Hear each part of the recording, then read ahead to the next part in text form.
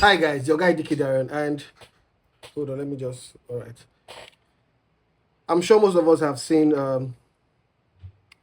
tutorials on how to blur and how to manipulate some certain blur, how to blur objects, how to blur images, how to blur a text, whatever it is.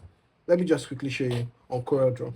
Now, this is my own pattern of blurring, and some designers out there, some creators have their own different patterns. So do whatever works for you. All right, guys. So quickly, here's how to blur. This is a very plain, simple background. Now let's just quickly blur this. Very simple. Down to effects, blur. Now we can pick out any of this blur. Gaussian blur. This is the one I normally use, Gaussian blur or motion blur. Seeing this all visible means that the object can be blurred. But if this is faded, this option here, or these options here are faded, means that you can't blur that particular object. But I think from Corel 2020 above, you could be able to blur down to text and images and shapes and all that. So if I do blur, Gaussian blur, I could increase the radius. Let's have something down to, the more I increase, the more it becomes blur. All right.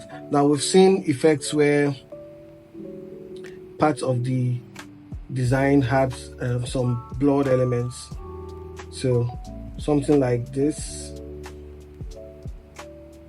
something like this, something like this, something like. Now look at the text on Cosmic Ring. There's a text behind, that was motion blur. And look at the text, the objects on the left and right, all motion blur. So how do you do this? It's quite simple. It's quite simple. Okay, so let's use this object right here. Click on effects, blur, Gaussian blur. So we're not using Gaussian blur this time. We're going to be using motion blur. So effects, blur, motion blur. I can increase this so you have something like this. As simple as that. So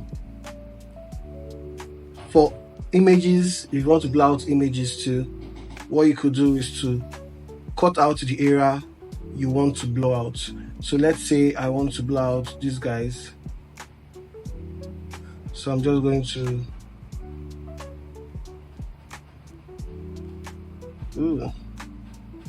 this is just a rough.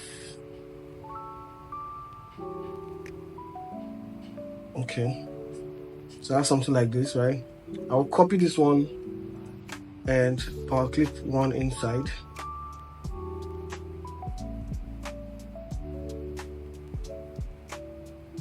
Then paste the other.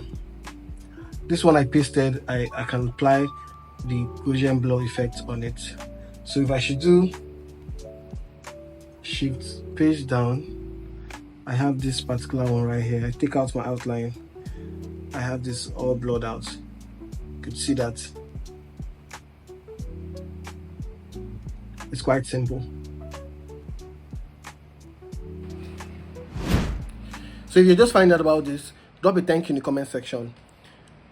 And stay tuned for more of Dicky Darren. Like, share, subscribe. Stay jiggy, guys.